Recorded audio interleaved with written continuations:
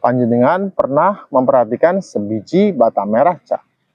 Sebuah benda mati yang terbuat dari segumpal tanah liat kotor. Tanah itu diinjak-injak oleh kaki pembuatnya, dicetak kotak, lalu dibakar di dalam tungku api yang sangat panas berhari-hari sampai warnanya berubah merah, kering dan keras. Nilainya mungkin tidak seberapa, sangat murah. Bahkan kalau ada 1 atau 2 biji bata merah tergeletak hancur di pinggir jalanan aspal, kadang tidak ada satupun dari kita yang sudi melirik. Benda remeh, benda yang pantas diinjak dan ditumpuk. Tapi Kanca Lensa, bagaimana jadinya jika penolakanmu untuk memberikan 1 biji bata merah yang remeh itu dibayar lunas dengan hancurnya seluruh harta keturunanmu, dibayar lunas dengan kutukan yang meratakan kerajaan bisnismu menjadi debu, sehancur tanah liat yang belum dibakar.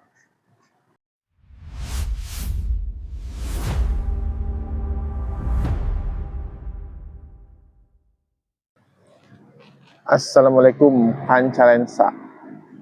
Tarik napas yang dalam, Cak. Cari posisi duduk yang paling nyaman hari ini. Sembari kita mendengarkan semilirnya angin di pemantang sawah ini, kita akan perlahan-lahan membuka sebuah lembaran sejarah kelam. Sebuah tragedi spiritual yang sangat dijaga kerahasiaannya di sebuah tanah leluhur di Nusantara. Hari ini kita tidak akan membicarakan sosok hantu penunggu pohon atau siluman pencari pesugihan, bukan, Cak.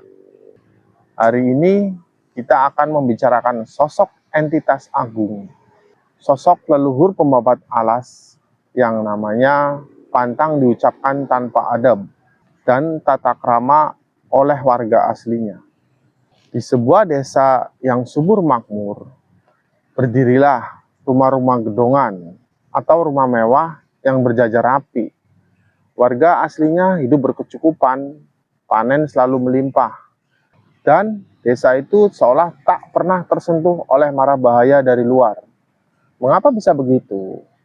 Karena sedari zaman dahulu kala, tanah itu dipayungi oleh sebuah perisai gaib yang tak tertembus. Perisai itu berasal dari satu nama. Beliau dikenal dengan sebutan agung, Mbah Raksayuda Demang Sapi. Mari kita bedah pelan-pelan maknanya, Cak. Di tanah Jawa, sebutan julukan itu bukan sekedar nama panggilan. Nama adalah doa dan sekaligus segel takdir dari alam semesta.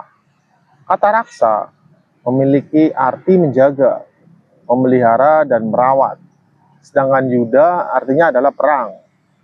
Mbah Raksayuda Demang Sapi bukanlah entitas kelas bawah yang haus akan sesajen kembang atau menuntut tumbal darah ayam cemani. Sama sekali bukan, Cak. Beliau adalah sang raksasa perang.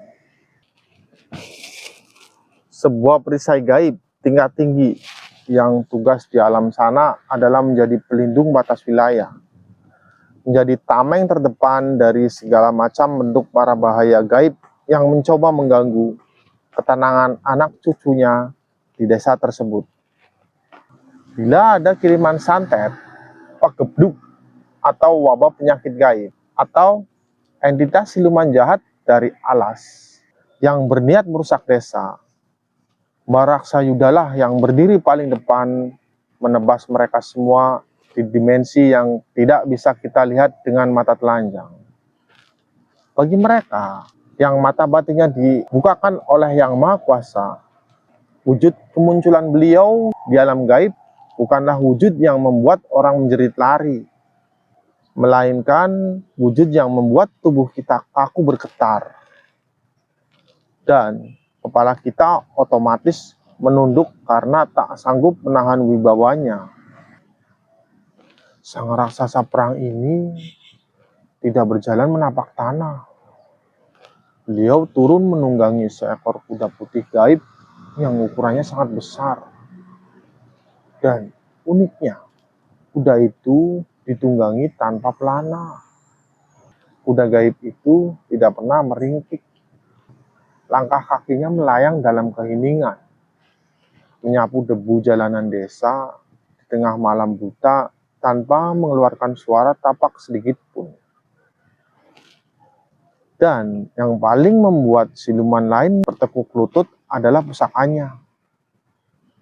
Di pinggang sang raksasa perang ini melingkar sebuah sabuk wulung.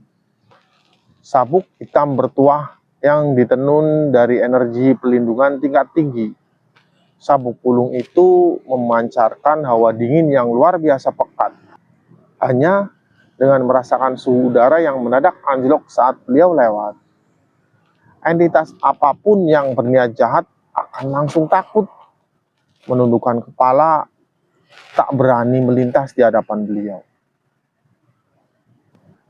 Hanya dengan getaran kehadirannya saja Kancalensa, niat buruk dari luar desa akan rontok seketika. Beliau sangat dihormati, sangat disegani, bukan hanya oleh manusia yang paham, tapi juga oleh hukum alam tak kasat mata. Secara logika, kita sebagai manusia dengan kedudukan spiritual setinggi dan seagung itu, Mbah Raksayuda bisa saja menuntut balasan yang mahal.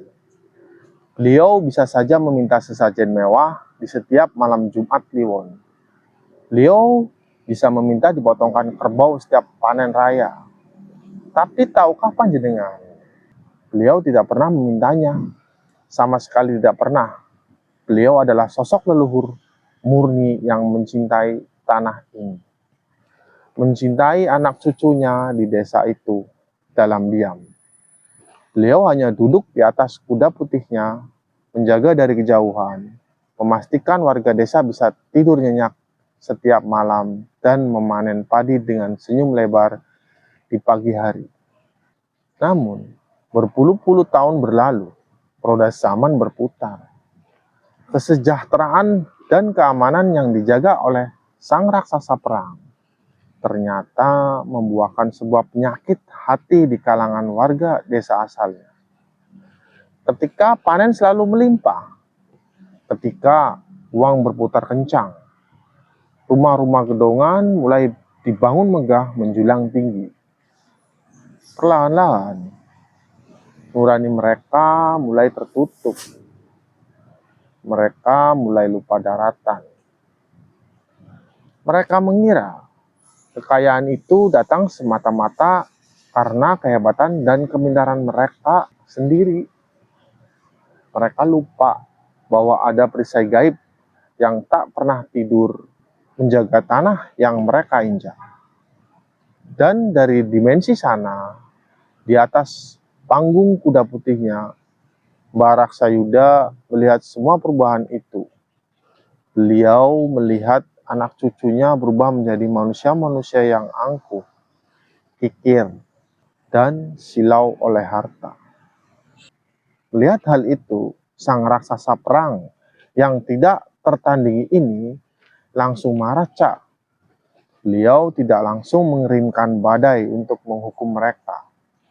Sebaliknya, beliau mengambil sebuah keputusan spiritual yang sangat ganjil. Malam itu, beliau memutuskan untuk menanggalkan seluruh kebesarannya. Beliau melepaskan sabuk wulung yang ditakuti para siluman itu. Beliau turun dari kuda putihnya yang gagah. Dan sang leluhur agung ini memilih untuk meredupkan auranya, menyamar, merubah wujudnya menjadi sosok manusia yang paling rentak, paling kotor, dan paling rapuh di muka bumi. Beliau sengaja turun menapak ke alam manusia, berniat mengetuk pintu-pintu rumah gedongan yang megah milik anak cucunya itu. Tujuannya hanya satu Kancalensa. Beliau semata-mata hanya ingin meminta sumbangan berupa 1 biji bata merah. Sebuah ujian nurani yang sangat sederhana untuk melihat apakah di balik kekayaan dan tembok rumah yang tebal itu, anak cucu yang selama ini beliau jaga dengan nyawanya di dimensi sana masih memiliki sedikit saja rasa kemanusiaan dan adab di dalam hati mereka. Panjenengan coba tutup mata sebentar, Cak. Bayangkan situasi malam itu. Sosok raksasa perang, entitas agung yang tadinya membuat seluruh jin dan siluman di tanah Jawa gemetar ketakutan hanya karena hawa kehadirannya. Kini melangkah tertatih-tatih di atas aspal desa yang dingin. Beliau menyusutkan wujud gaibnya yang gagah perkasa.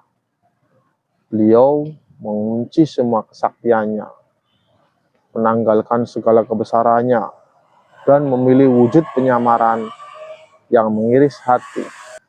Beliau berubah menjadi sosok seorang nenek tua renta, yang punggungnya sudah sangat bungkuk dimakan usia.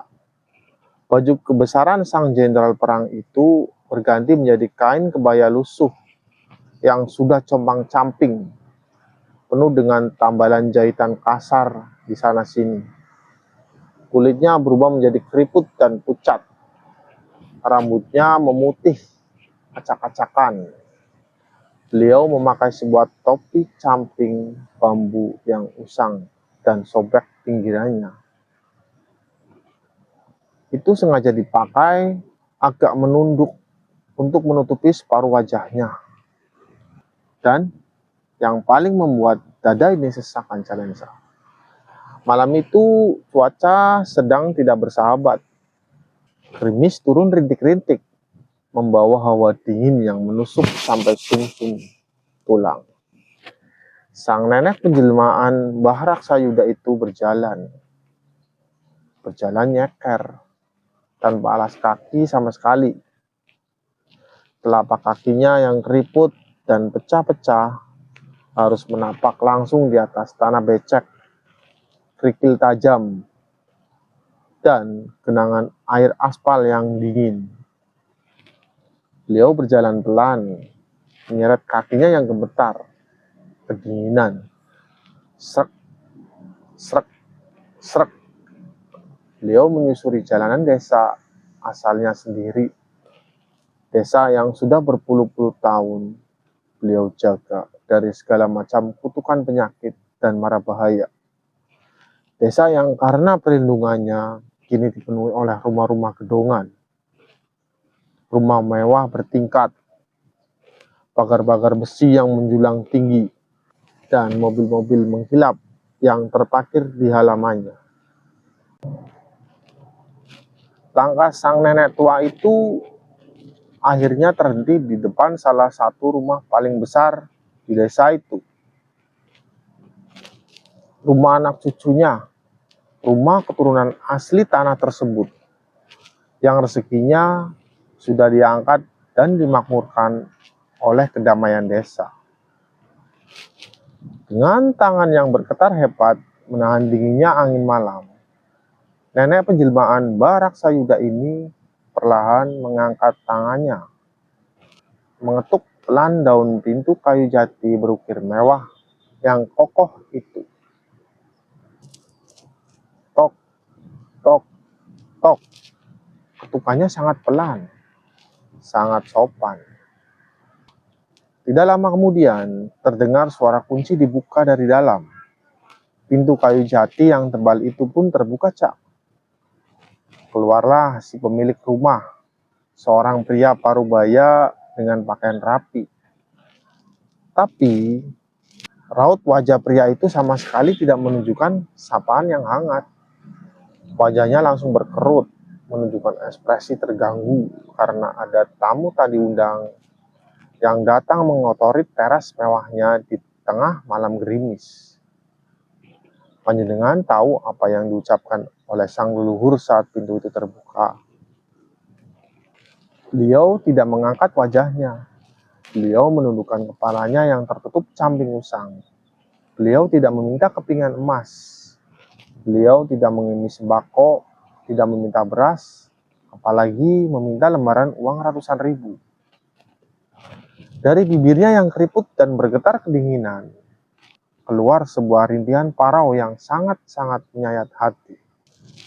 Le, ndu banyuwun bata merah siji wae le. Makame Mbah sampun hancur le. Nak, "Nduk, Mbak minta bata merah 1 biji saja." Maka Mbak sudah hancur. Hanya 1 biji bata merah, Cak. Benda remeh dari tanah liat yang harganya tidak sampai Rp2.000. Benda itu beliau minta semata-mata untuk memperbaiki tempat peristirahatan terakhirnya yang sudah rata dengan tanah, tak terurus oleh generasi yang sibuk mengejar harta. Tapi panjenengan tahu apa balasan dari manusia-manusia sombong yang berdiri di balik pintu megah itu? Alih-alih rasa iba, alih-alih rasa kasihan melihat orang tua kehujanan, yang didapat oleh sang leluhur justru tatapan jijik yang luar biasa merendahkan. Pemilik rumah itu melihat nenek tua di depannya seperti melihat kotoran hewan. Pria itu bahkan secara terang-terangan menutup hidungnya rapat-rapat dengan tangan. Ia tidak tahan dengan bau tanah basah dan baju apek sang leluhur yang kehujanan, yang menurutnya merusak wangi parfum mahal di rumah. Tidak ada satupun kata maaf, tidak ada ucapan lembut seperti "Sepurane ya Mbah, boten gada. Maaf ya Mbah, tidak punya." Tidak ada, Cak. Pemilik rumah itu justru membentak dengan suara lantang, mengusir sang nenek dengan kata-kata kasar, seolah mengusir anjing liar. Dan tanpa basa-basi, pintu kayu jati berukur mewah itu dibanting dengan sangat keras, tepat di depan wajah keriput sang leluhur. Buak! Saat ia membuka mata, suaranya kembali menelan menjadi sangat berat. Sakit, Cak. Dari sekali dada ini rasanya membayangkan pemandangan itu. Hati sang raksasa perang perisai pelindung desa itu benar-benar terkoyak, benar-benar dirobek, dikoyak tanpa ampun malam itu oleh anak cucunya sendiri. Tapi beliau belum menyerah. Sang leluhur membalikkan badan, kembali berjalan menembus gerimis, berpindah dari satu pintu ke pintu yang lain, dari satu rumah gedongan ke rumah gedongan lainnya. Tapi hasilnya nihil, semua sama. Penyakit hati itu rupanya sudah menular ke seluruh penjuru desa. Tidak ada satupun, saya ulangi, tidak ada satupun anak cucunya di desa itu yang sudi memberikan 1 biji bata merah untuknya. Semuanya mengusir, semuanya menutup hidung, semuanya membanting pintu rapat-rapat.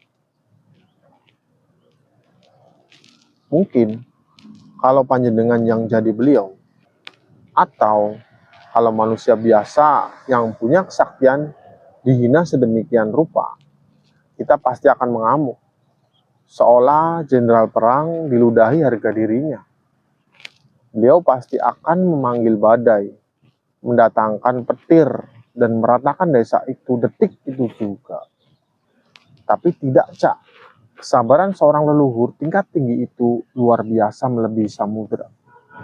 Malam itu, di bawah guyuran hujan, beliau tidak mengamuk. Beliau hanya menghela napas, memutar langkahnya, dan menyeret kakinya yang berdarah keluar dari batas desa yang sombong itu.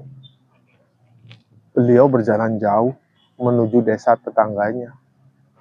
Dan di desa tetangga inilah pemandangan yang 180 derajat bertolak belakang terjadi. Di desa tetangga, rumah-rumahnya tidak semegah desa asal.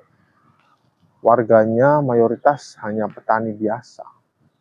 Tapi, Cak, ketika sang nenek mengetuk pintu rumah mereka di tengah malam, orang-orang desa sebelah ini membukakan pintu dengan wajah yang ramah. Saat melihat ada nenek tua basah kuyup, mereka tidak menutup hidung. Mereka justru terpogoh-pogoh mempersilahkan masuk. "Monggo Mbah, pinarak, mlebet, udan-udan kok melaku dewekan. Silakan Mbah, masuk dulu, hujan-hujan kok jalan sendirian." Ketika ditanya maksud kedatangannya, sang leluhur kembali berucap, "Cucu, makam Mbah sudah tidak layak. Mbah minta bata merah siji wae." Mendengar permintaan yang sangat sederhana dan aneh itu, orang desa sebelah tanpa ragu sedikit pun langsung mengiyakan. "Gibah, boten nopo-nopo. Kulo ambilkan bata merah teng buri." "Mbah, tenggam mriki nggih, ngiyup riyin." "Iya Mbah, tidak apa-apa. Saya ambilkan bata merah di belakang. Mbah tunggu di sini ya, berteduh dulu." Tuan rumah yang baik hati itu bahkan sempat berlari ke dapur, menyuguhkan teh panas, singkong rebus, dan menawari handuk kering. Tapi anehnya, tidak ada satupun makanan dan minuman itu yang disentuh oleh sang nenek. Beliau hanya duduk diam sambil menunduk. Beliau menerima beberapa biji bata merah yang diberikan dengan ikhlas, memasukkannya ke dalam buntelan kain usangnya, lalu pamit pergi. Beliau mengulanginya ke beberapa rumah di desa tetangga itu. Dan memang orang-orang di desa sebelah itu hatinya bersih. Mereka ikhlas memberikan bata merah, walaupun rumah mereka sendiri masih berdinding anyaman bambu. Malam harinya, keajaiban gaib terjadi serentak. Semua warga desa tetangga yang ikhlas memberikan bata merah itu didatangi oleh sebuah mimpi yang sama persis. Di dalam mimpi itu, mereka didatangi oleh sosok ksatria gagah bercahaya yang menunggang kuda putih. Sosok itu mengucapkan terima kasih dan memberikan petunjuk arah yang sangat jelas menuju sebuah lokasi makam tua yang terbengkalai. Mereka diminta untuk menyempurnakan tempat peristirahatan Mbah Raksayuda. Keesokan paginya, gemparlah desa tetangga itu. Mereka saling bercerita dan menyadari bahwa mimpi mereka sama. Tanpa menunggu perintah siapapun, warga desa tetangga berbondong-bondong pergi gotong royong, membawa semen, pasir, dan sisa bata merah ke lokasi yang ditunjukkan dalam mimpi. Awalnya tempat itu cuma kelihatan seperti gundukan tanah liat yang ditumbuhi rumput, hampir tersapu rata dengan tanah. Tapi hari itu juga makam sang raksasa perang dibangun, dikijing dan diperbaiki dengan sangat layak, disempurnakan oleh keringat tulus warga desa tetangga. Bukan oleh tangan anak cucunya di desa asalnya sendiri. Setelah makamnya selesai dibangun dengan indah, barulah hukum alam itu bergerak, Cak. Malam itu di batas desa, wujud sang raksasa perang berdiri tegak. Beliau menatap dari kejauhan ke arah desa asalnya yang dipenuhi gemerlap lampu dari rumah-rumah gedongan yang miskin nurani itu. Beliau menundukkan kepalanya, bahunya yang dulu kokoh memikul beban kutukan demi melindungi desa tersebut. Ini bergetar hebat. Dari kedua matanya yang menatap ke arah tanah, meneteslah air mata kekecewaan yang luar biasa dalam. Beliau menangis, Cak. Sang jenderal perang itu menangisi moral anak cucunya yang sudah mati ditelan oleh kesombongan harta benda. Tes, tes, tes. Dan tahukah panjenengan hukum paling sakral dan paling mengerikan di alam spiritual Nusantara? Ketika seorang leluhur pembebat alas, seorang pelindung yang tulus, sudah meneteskan air mata kekecewaan, dan air mata itu jatuh membasahi tanah, maka detik itu juga tanah tersebut telah sah dikutuk oleh air matanya sendiri. Kanca lensa, tahukah panjenengan? air mata seorang leluhur yang jatuh ke bumi itu bukan sekedar tetesan air garam biasa. Ia adalah benih dari hukum sebab akibat yang sangat mutlak di alam semesta ini. Semenjak makam Mbah Raksayuda itu selesai dibangun, disempurnakan, dan didoakan oleh keringat tulus warga desa tetangga, alam semesta langsung merespon. Ada semacam perpindahan energi spiritual yang luar biasa masif antar kedua desa tersebut. Panjenengan bayangkan, tanah di desa tetangga yang warganya ikhlas memberikan bata merah itu mendadak berubah drastis, berubah 180 derajat. Tanah yang dulunya mungkin hanya biasa-biasa saja, warganya yang mayoritas hanya petani kecil dengan rumah dinding bambu, tiba-tiba tanahnya menjadi sangat subur, luar biasa subur, Cak. Mata air di desa tetangga itu mengalir deras, jernih, tiada henti, mengaliri petak-petak sawah mereka dari musim ke musim. Ajaibnya lagi, hama penyakit seperti wereng atau tikus seolah menyingkir, enggan dan takut menyentuh sehelai pun tanaman padi di sana. Desa tetangga itu tidak pernah lagi mengenal yang namanya gagal panen. Semua hidup sejahtera, tetangga saling rukun, warganya adem ayem, damai, dan makmur sentosa. Mengapa bisa begitu drastis? Karena sang raksasa perang telah memindahkan perisai keberkahannya secara penuh ke desa tersebut. Beliau memayungi mereka, menjaga anak cucu dari desa sebelah yang terbukti masih punya nurani, yang masih punya adab untuk memuliakan tamu tengah malam yang dingin, tanpa melihat rupa, tanpa menilai dari pakaian compang-campingnya. Berkah 1 biji bata merah itu dibalas dengan kemakmuran 7 turunan. Tapi, mari kita putar pandangan kita. Bagaimana dengan nasib desa asalnya? Desa tempat bernaungnya orang-orang kaya raya yang membanting pintu dan menolak memberikan 1 biji bata merah pada malam itu. Nasib mereka adalah kebalikannya. Persis 180 derajat kebalikannya, Cak. Semenjak malam jatuhnya air mata kutukan itu, perlindungan gaib dari sang raksasa perang resmi dicabut. Tanah di desa asal itu seolah dicabut rohnya. Udaranya mendadak berubah. Hawa desa yang dulunya sejuk mendadak terasa panas, sumpek, dan menyesakkan dada. Panen yang biasanya selalu sukses mulai seringkali meleset. Usaha dagang banyak yang tiba-tiba macet tanpa alasan. Yang jelas, pertengkaran antar tetangga mulai sering terdengar. Tapi, panjenengan harus tahu, hukuman paling pamungkas dan paling mengerikan dari sang leluhur ternyata bukanlah sekedar tentang tanah yang gersang atau tanaman padi yang mati.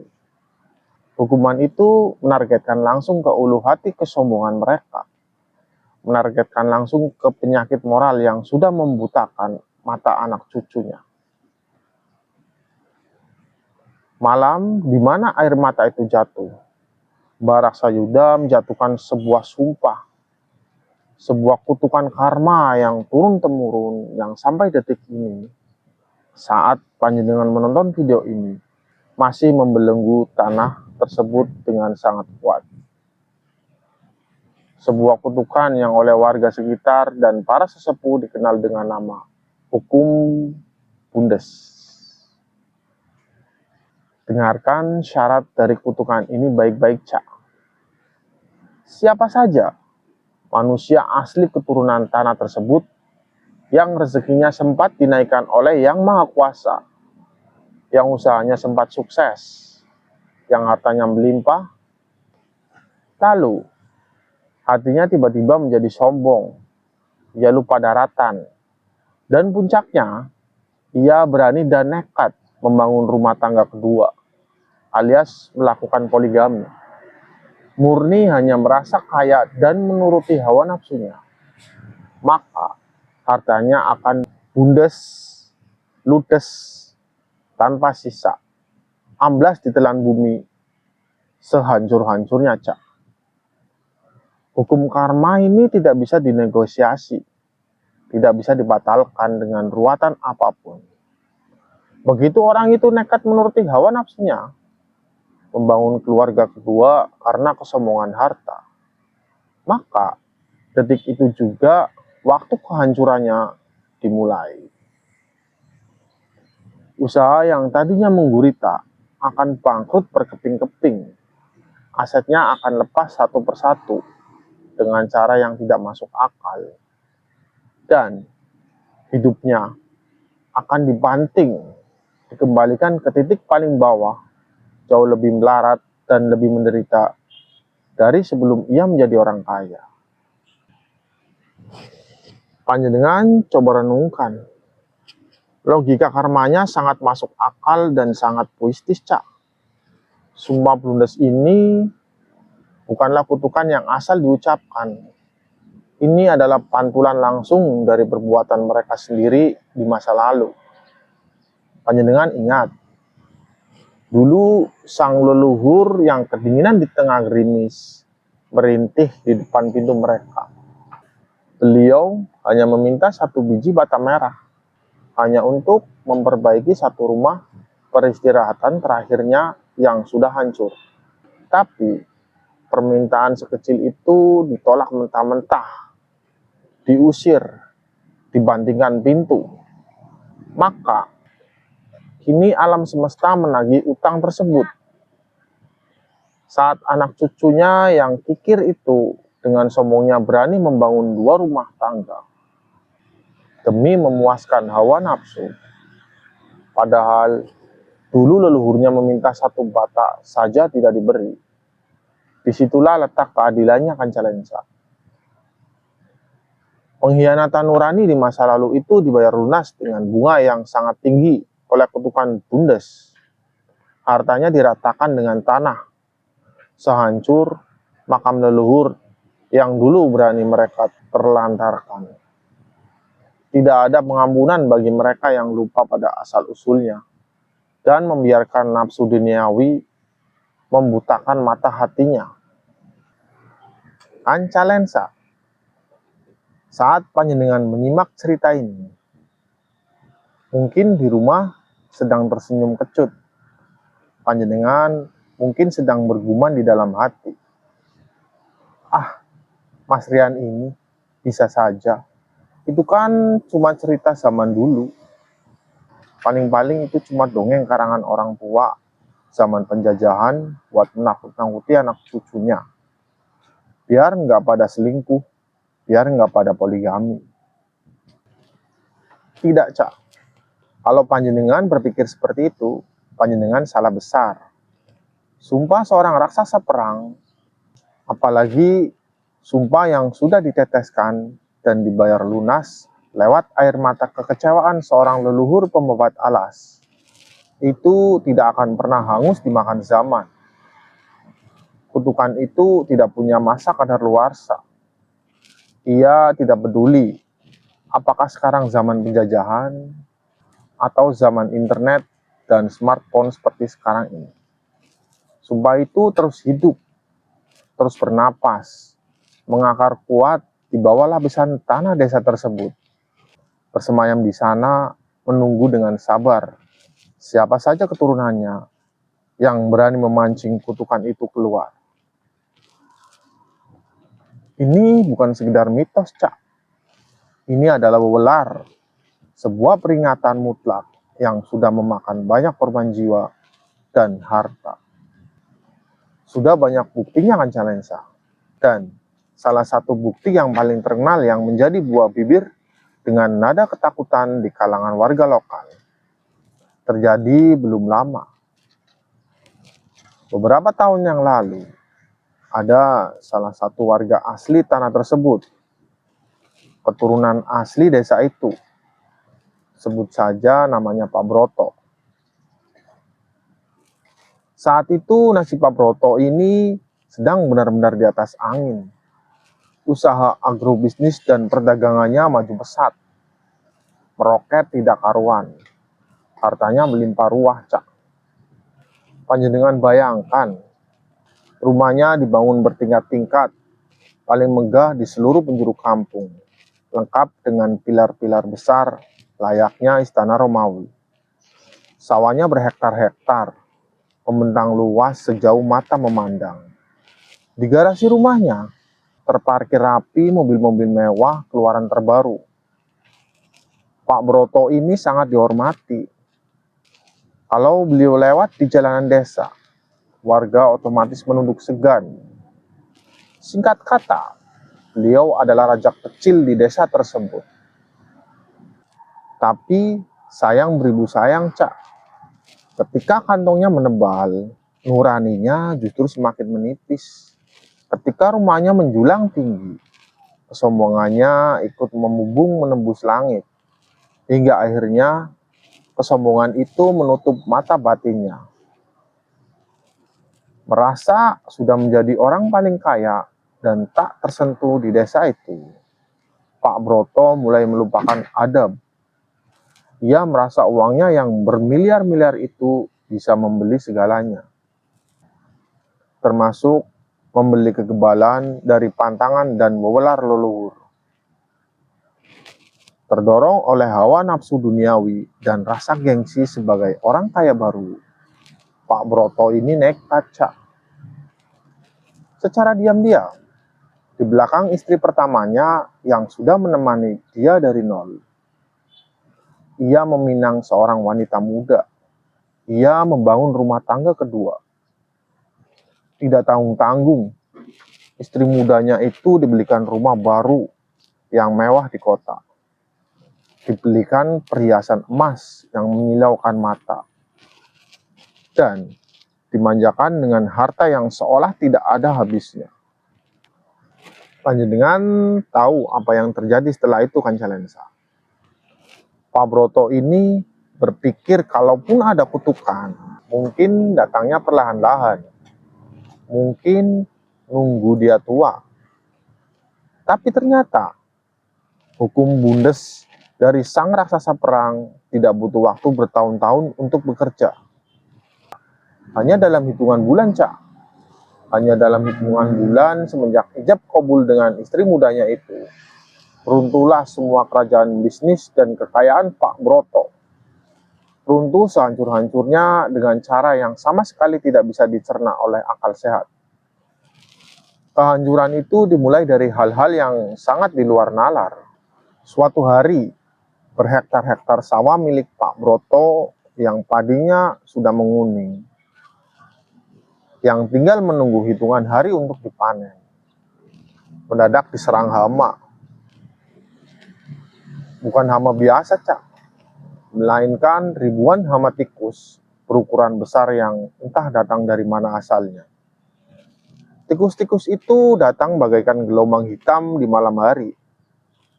Dalam satu malam, panjenengan bayangkan, hanya dalam satu malam, berhektar-hektar padi itu ludes, batangnya patah, bulirnya habis tak bersisa. Sementara sawah milik tetangganya yang persis bersebelahan dengannya aman sentosa tanpa cacat sedikit pun. Hanya sawah Pak Broto yang dihabisi, seolah-olah hama itu memang dikirim dengan alamat yang spesifik. Panjenengan pikir itu sudah selesai? Belum, Cak. Itu baru teguran pertama. Bulan berikutnya, musibah menjalar ke bisnis utamanya. Toko dan gudang usahanya di kota entah bagaimana ceritanya tiba-tiba tertipu oleh rekan bisnis kepercayaannya sendiri. Uang modalnya dibawa kabur, barang-barangnya dilarikan. Pak Broto kebingungan, ia mencoba gali lubang, tutup lubang.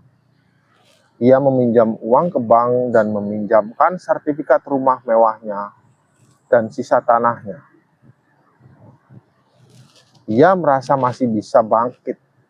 Ego dan kesombongannya masih berbicara. Tapi Hukum Bundes tidak akan berhenti sampai lawannya rata dengan tanah. Bunga utang membengkak, bisnisnya mati total. Tidak ada satupun barang yang terjual, seperti ada tabir gelap yang menutupi pintu rezekinya. Hingga akhirnya, datanglah hari penghakiman itu. Satu persatu asetnya disita oleh pihak bank. Rumah gedongan berwujud istana Romawi di desa itu dipasangi plang sitaan. Mobil-mobil mewahnya ditarik leasing, ditarik paksa dari garasi. Lalu bagaimana keluarganya? Istri mudanya yang cantik dan dimanjakan dengan kemewahan itu, begitu tahu Pak Broto bangkrut dan dikejar-kejar utang miliaran, wanita itu langsung pergi. Ia kabur meninggalkan Pak Broto, membawa sisa-sisa perhiasan dan uang tunai yang masih bisa diselamatkan. Sementara istri pertamanya, hati wanita itu sudah hancur lebur oleh pengkhianatan suaminya. Ia tidak sudi lagi hidup bersama pria yang sudah membuang kesetiaannya. Istri pertamanya meminta cerai, lalu membawa anak-anaknya pergi jauh kembali ke rumah orang tuanya. Selesai, Cak. Habis pria yang tadinya berjalan membusungkan dada di jalanan desa. Pria yang dulunya membanggakan pilar istananya dan istri mudanya. Kini hanya bisa duduk termenung dengan pandangan kosong. Ia diusir dari rumahnya sendiri. Kini, Pak Broto berakhir menyewa sebuah kamar kontrakan kecil. Sebuah petakan sempit berdinding batako di pinggir kota yang kumuh. Ia hidup sendirian, tanpa harta, tanpa istri, tanpa anak, dan menanggung utang yang tak terbayar seumur hidupnya. Hartanya bundes, ludes-des, ditelan bumi tanpa sisa sedikit. Kutukan itu bekerja dengan sangat rapi dan tanpa belas kasihan Kancalensa. Meratakan kesombongannya kembali menjadi debu dan tanah di hati. Itulah harga mutlak dari sebuah pengkhianatan nurani. Panjenengan harus ingat, Waraksayuda itu tidak pernah melarang anak cucunya untuk menjadi orang kaya. Beliau senang melihat keturunannya makmur. Beliau hanya mengutuk kesombongannya.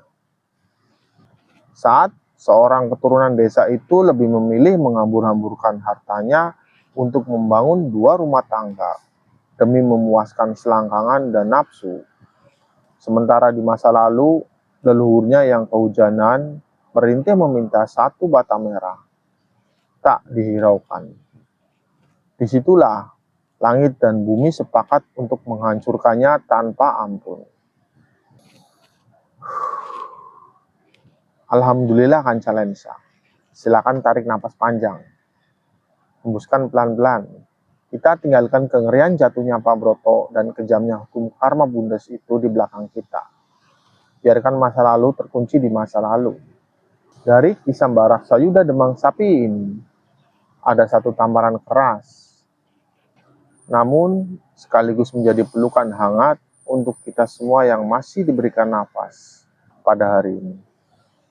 Sejarah 2 desa ini, Cak, mengajarkan kita satu hukum alam semesta yang paling mutlak, yang sering kali dilupakan oleh manusia-manusia modern.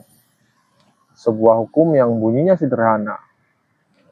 Setinggi apapun pangkat kita di dunia, semegah apapun istana yang kita bangun, dan sebanyak apapun digit saldo di rekening bank kita, semuanya itu benar-benar tidak ada artinya jika kita kehilangan adab dan kelaparan nurani. Uang bisa membeli ranjang yang empuk, tapi tidak bisa membeli tidur yang nyenyak. Harta bisa membeli kehormatan dari manusia lain, tapi tidak bisa menyuap hukum karma dari para leluhur. Panjenengan coba ingat kembali nasib warga desa tetangga tadi. Warga yang dengan senyum ikhlas dan hati yang lapang memberikan bata merah kepada seorang nenek tua yang basah kuyup di tengah gerimis. Sampai detik ini Kancalensa, kalau panjenengan punya waktu main ke desa tersebut, panjenengan bisa melihat sendiri bukti nyata dari keajaiban sebuah keikhlasan. Desa itu udaranya sangat sejuk, tanah mereka hijau royo-royo, hijau subur sejauh mata memandang.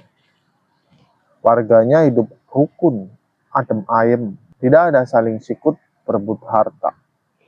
Rezeki mereka mengalir deras seperti mata air di kaki gunung yang tidak pernah mengenal musim kemarau.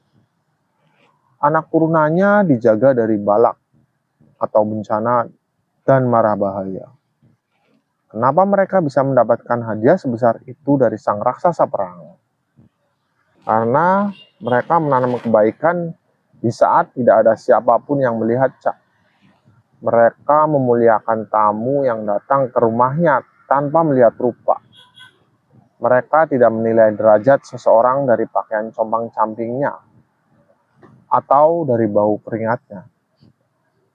Mereka memanusiakan manusia, dan disitulah letak inti dari ajaran leluhur kita. Hormati tamumu, maka alam akan menghormati hidupmu. Panjenengan harus ingat, sang raksasa perang malam itu tidak meminta tumbal kerbau. Beliau hanya meminta satu bata merah, dan warga desanya memberikan dengan hati yang bersih. Terkadang, Cak, ujian dari alam semesta atau teguran dari Yang Maha Kuasa itu tidak selalu datang dalam wujud yang besar dan menakutkan. Hujan itu tidak selalu datang dalam wujud badai yang merobohkan rumah atau gempa bumi yang membelah tanah. Seringkali, justru sangat seringkali, hujan terbesar itu datang merayap dalam wujud yang paling lemah, yang paling hina di mata manusia. Ia datang dalam wujud seorang pengemis tua yang mengetuk pintu di rumah kita malam-malam. Ia datang dalam wujud seorang pemulung yang berteduh di teras toko kita. Ia datang dalam wujud hal-hal sepele, hanya untuk menguji apakah di balik pakaian rapi dan mobil mewah yang kita miliki, kita masih pantas disebut sebagai manusia yang bernurani. Satu biji bata merah, Cak, hanya sepotong tanah liat pakar yang harganya tak seberapa. Tapi ternyata benda mati itu bisa menjadi penentu nasib sebuah generasi. Ia menjadi garis pembatas yang sangat tegas antara keberkahan yang mengalir deras turun-temurun atau kutukan bunes yang akan meratakan seluruh kesombongan kita kembali menjadi debu. Maka dari itu, Kanca Lensa, pesan dari galengan sawah kita hari ini sangat sederhana. Jangan pernah mabuk oleh harta. Jangan biarkan gemerlap dunia dan hawa nafsu membuat mata batin panjenengan buta. Jika Yang Maha Kuasa sedang menitipkan rezeki yang berlebih pada panjenengan, jangan gunakan rezeki itu untuk membusungkan dada, apalagi sampai merusak kesetiaan rumah tangga panjenengan yang dilakukan oleh Pak Broto tadi. Gunakanlah titipan itu untuk merawat titipan lainnya. Sedekahkan, bangun tempat ibadah, bantu tetangga yang kesulitan. Mari kita sama-sama berdoa, semoga dosa-dosa para pendahulu kita diampuni, dan semoga tanah-tanah leluhur di bumi Nusantara ini senantiasa dijaga kedamaiannya, dijauhkan dari kutukan dan mara bahaya. Dan khusus untuk panjenengan semua yang hari ini sedang menonton video ini, yang besok pagi harus kembali memanding tulang, memeras keringat, berjuang mencari rezeki yang halal untuk keluarga satu-satunya di rumah. Saya doakan semoga panjenengan selalu dijauhkan dari sifat sombong. Semoga panjenengan dijauhkan dari niat-niat buruk yang merusak. Dan semoga jalan rezeki panjenengan selalu dilapangkan, dipermudah, dan disuburkan seperti tanah di desa tetangga yang penuh berkah itu. Tetap semangat, Cak. Perjuangan panjenengan tidak akan sia-sia. Silahkan klik subscribe, tinggalkan like, komen, dan share video ini jika panjenengan merasa obrolan kita hari ini bisa memberikan sedikit pengingat di hati panjenengan. Mari kita bersama-sama kita rawat warisan hikmah, mitos, dan sejarah Nusantara yang penuh dengan kearifan lokal ini, agar tidak hilang ditelan oleh zaman yang semakin angkuh. Jaga adamu, maka alam akan menjaga nyawamu. Saya Rian, pamit dari tanah yang dihantui oleh air mata sang raksasa perang dan kutukan mutlak dari satu biji bata bara. Rahayu, rahayu, rahayu. Wassalamualaikum warahmatullahi wabarakatuh.